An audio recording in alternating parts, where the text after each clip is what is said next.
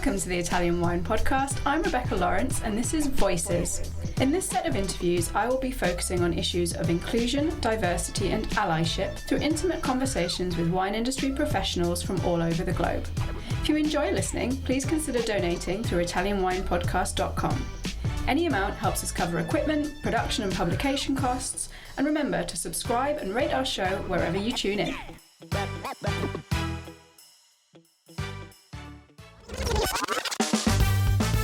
Before the show, here's the shout out to our new sponsor, Ferro Wine. Ferro Wine has been the largest wine shop in Italy since 1920. They have generously supplied us with our new t-shirt. Would you like one? Just donate €50 and it's all yours. Plus, we'll throw in our new book, Jumbo Shrimp Guide to International Grape Varieties in Italy. For more info, go to ItalianWinePodcast.com and click donate, or check out Italian Wine Podcast on Instagram.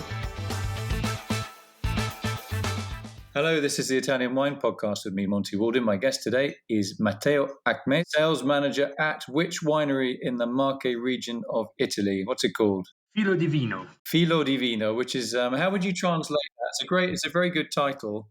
When you talk about a filo d'olio, is that the same thing? Yeah, like a filo d'olio? Well, it plays with different meanings. Of course, it's the filo of wine. Alberto Gandolfi, the owner of Filodivino, comes from the textile industry. So filo is also the translation for yarn, and that's another meaning we play with. And of course, divino as divine. So if you ever come to Italy and you manage to watch a TV cooking show, and when the chef pours a little bit of olive oil on whatever he or she is cooking, they say un filo d'olio, a little drizzle of olive oil. There we go. So welcome to the Italian olive oil podcast this afternoon. No, okay.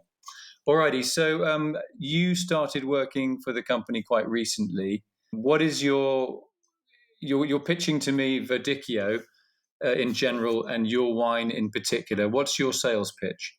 Verdicchio is Le Marche region. With Filodivino, we are in the Classico area of Castelli di Jesi, Verdicchio. And we want to express the place where we are located, which is San Marcello, very close to Jesi. Verdicchio offers us many possibilities, a very versatile grape with deep roots in the tradition of Le Marche in the region. And our idea is interpreting Verdicchio in our own way, finding our identity and expressing the different potentials of Verdicchio through different wines. So when you came to the winery for the first time for your interview, did you know the wines already, or did you taste them for the first time at that point? I got prepared before the interview, so I tasted the wine before going there. At the first glance, I was amazed by the freshness, the minerality, the vertical style of the wines, especially the Superiore, Matto, the Castelli di Jesi Verdicchio Superiore that Filodivino produces. And then I got there, and I understood how came Alberto Gandolfi, the owner, decided to establish his winery there. It's a very amazing place in a steep hill surrounded by other Verdicchio and olive oil producers, but quite wide open. It has almost a 360 view. And it happened to me something similar to what happened to Alberto when he was looking for a place where to establish his winery. With his friends, he was traveling around Italy, in Piemonte, in Tuscany, and then he arrived in that specific place, and he fell in love with the place itself, and he understood what he wanted to do was trying to, first of all, getting to know deeply that area, that place, and then share that beauty with as much people as possible. I mean, some people would say, that is a great sales pitch, but I think what you say is absolutely true. I think it's a very underrated region, and the farming there, not just for wine, is, I think, very carefully done. And it's not a coincidence that the Marche has the highest percentage of organic vineyards, one of the highest in the world, actually. It's around about 30% of the vineyard area there is certified organic or biodynamic. So it's an area that you can be creative with, I think, as a wine grower. And I guess that's why your boss and his shareholders decided to invest there. And I'm sure you're going to be able to explain this a little bit more. I mean, would you agree with that synopsis or not? Well, totally. It's really a beautiful place with a long farming tradition. Still, Marche is populated by many independent farmers, not only wineries. And there is an whole community of artisans, artists, simple people living there in a very healthy way. It's a place that is, where we are located is 25 kilometers from the seaside, 25 kilometers from the mountains, and yes, of course, living in a region where organic is such important, it helps. For us, for Filodivino, organic wasn't even a choice. I mean, no alternative was considered when Alberto established the winery. Since the beginning, they decided to go in that direction. They found in that place many hectares of 50 years old vines. So the first work they had to do was try to rescue them, to get those old vines back to production. And of course, low intervention organic way was the only option. At some point, Alberto saw that organic wasn't actually enough. In order to achieve the higher quality possible in that place, to have a deeper relationship with that area, we decided to move towards let's call it homeodynamic approach to viticulture, taking the teaching of Steiner about considering the an holistic view of winemaking, considering the winery as part of a network that includes a global network that includes not only ourselves and the community, but nature, microbes, and all the natural entities that are part of the world.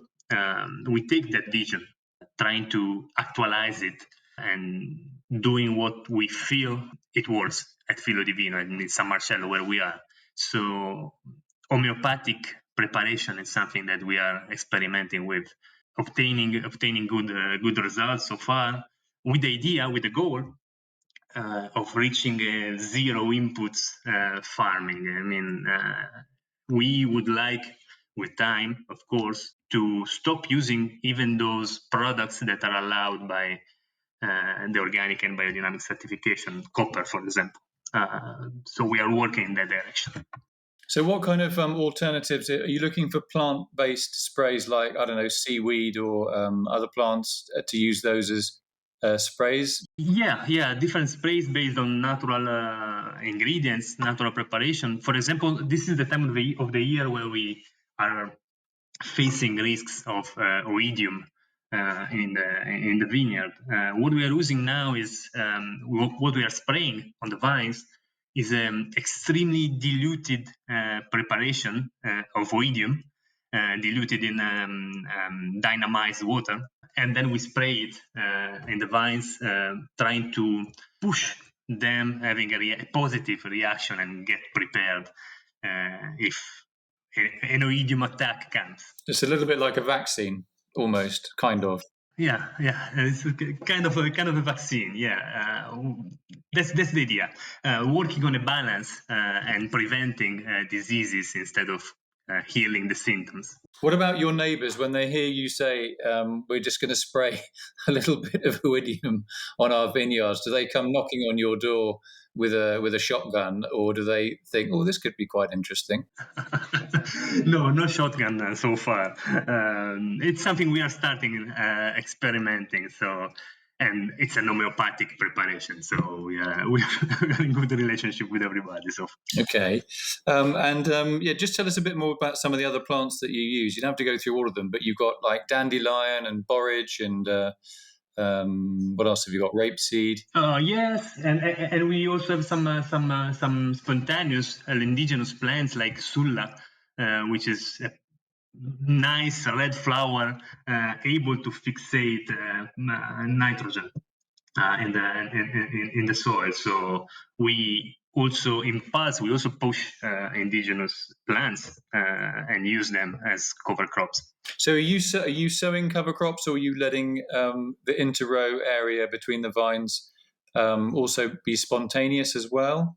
So it's a mix of sown and wild. Yes, depending on what we need and depending on the rain and depending on the season, of course, and how the year go.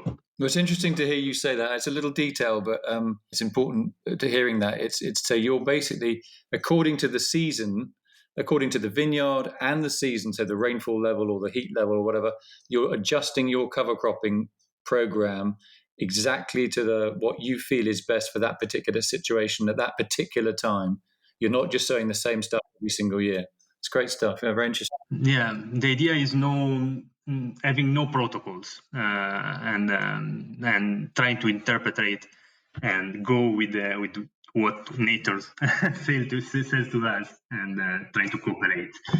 Before you came to the winery for your interview, did you know some of these activities were going on? Was that what interested you, or did you just turn up as just looking for the job, and then when you got there, you discovered all these exciting things were happening? Well, in the past few years, I've been working with biodynamic wineries, and that kind of approach is exactly what I was looking for.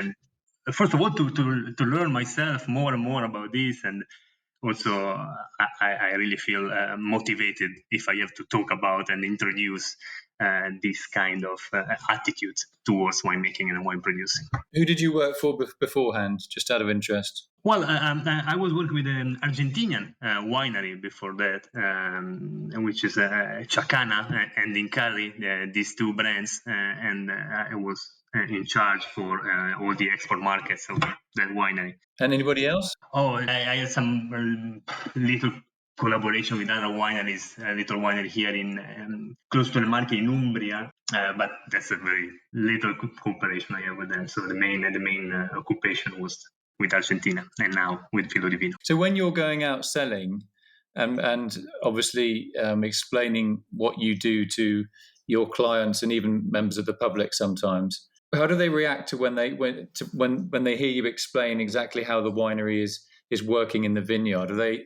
interested by that, or are they not bothered? They just say, give us the wine, tell us the price, and we'll say yes or no. That's a good question, and of course I face both reactions, and even worse. But I strongly believe that there are more and more people, especially young people, interested in this kind of in alternatives and in a conscious way of producing what we eat and what we drink. My job is to go out and find them, but they exist and they are looking for wineries in this case or producers looking for their own path and producing wine with responsibility and with a new, I would say, or ancient approach to nature and to winemaking. Do you have critical people saying, oh, it's easy for this guy, he's got a lot of money, he's got an underground winery, he's just playing around with these little toys and these little plants? Or do people really take it seriously that this is kind of like where the future of farming in general and the future of wine growing in general is going? We believe there is no alternative. More and more people is sharing the same point of view. Then, of course, we need to make it work in a financial point of view. And we need to sell, to keep going and to keep working. That's, of course, it's a very, very important part. But what moved Alberto Gandolfi to create all this, and also almost immediately, as soon as he found the place, also establish a resort together with the winery, was sharing and showing the beauty of that place. So with time, step by step, one person and by one person, we would like to show what we are doing there, to show what we have, where we work and how we work. It may take time, but we believe that's the right way. We feel, and this is what we feel. There is no recipe, of course, and we do not own the truth. Yeah, it's a good line. I mean, it's very well put, actually. I mean, if you look at, sure you're aware of this because you went to that conference in America a few years ago about biodynamics. You know, one of the first biodynamic estates I worked with was in California, and it was called with Jimmy Fetzer, actually. And the idea there was to make a vine garden where you have obviously your vineyard, which is your economic crop, and you also have food growing in an allotment on the property where your winery workers can also eat and get something positive out of it. And the idea there was not only is your estate sort of terroir driven, but your staff are as well, and you are by eating as much of your own food that you generate on the territory yourself. So I'm sure those kind of ideas have crossed your boss's mind as well. Yeah, exactly. And promoting that place, understanding and promoting that specific place is the mission, I would say. And of course, growing food, having an orchard, and it's part of the project. It's not just the place, but the people. It's the people as well. You know, there's no terroir without humans. Exactly. And wine is a beautiful tool to gather together people and humans and talking about this. Talking about life and what we feel and how we want to live and produce and go on. Yeah, very well put. Okay, so let's talk about. Let's give us the sales pitch on all of the wines that you do, even the Verdicchio, the Lacrima, etc. Yes, we focus since the beginning on local grapes. So Verdicchio as a white and Lacrima di Morro d'Alba as a red. As I said at the beginning, Verdicchio is a very versatile grape, amazing the potential it has. And we try to investigate every single characteristic of Verdicchio, every single shade. Starting with our Serra 46, which is the address of the winery. Serra is steep hill in Marchigiano, in the local dialect. Serra 46, Serra 46 is our entry-level Verdicchio, focusing on freshness and an immediate but very pleasant wine. Then we move to Matto, our Castelli di Jesi Verdicchio Superiore, vibrant, mineral, very vertical style. Both of them sees no oak, only stainless steel tanks. Then we come to our Dino, our Riserva, Verdicchio Riserva. Dino is a wine named after Alberto's father that somehow made all of this possible. Dino is our Riserva, where we start adding a small percentage of oak-aged Verdicchio, exploring the longevity, the complexity, the depth Verdicchio can achieve. And then we are playing also with amphoras, with our Coccio, which is an orange Verdicchio that spent 12 months in amphora, exploring again extra layers and extra aromas and extra flavors that Verdicchio can have. So presumably that's a no added. Is that a no added sulfites wine? That one then. Correct. Spontaneous fermentation, no added sulfite, unfiltered. We, step by step, are going towards that direction consciously and cautiously, lowering also the inputs during the winemaking process. So that's the idea.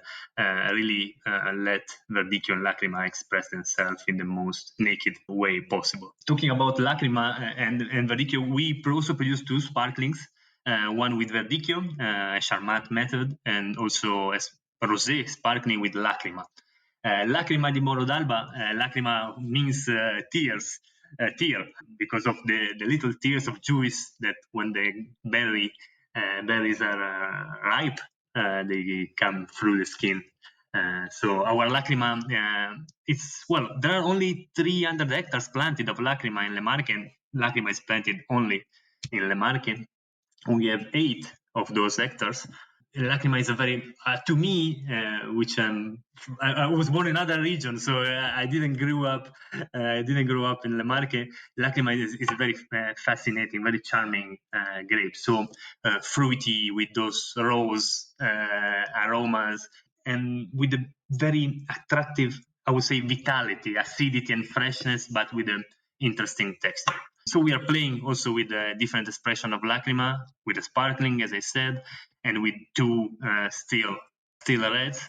One Diana is the Lacrima DOC we produce, and also we have a Superiore with a more aging. In this case, in a mix of stainless steel tanks and oak foeders. And we also produce a rosé, a very interesting still rosé with Lacrima, again with these fruity, charming notes. Okay, can you give us 2 or 3 examples of local food that you would have with a couple of your wines? Just say maybe choose a couple of whites and a red. Well, we at the winery we do offer some tasting menus to pair with our wines, and I tasted them two nights ago, so my memory is fresh. And one amazing pairing was with the Marche Rosato, with the rosé made with Lacrima, paired with kind of soup of roasted tomato with some seafood juice. That was very, very pairing, playing with the smoothness and the minerality of both elements. And then we paired the Coccio, the orange wine we produce, with a roasted rabbit.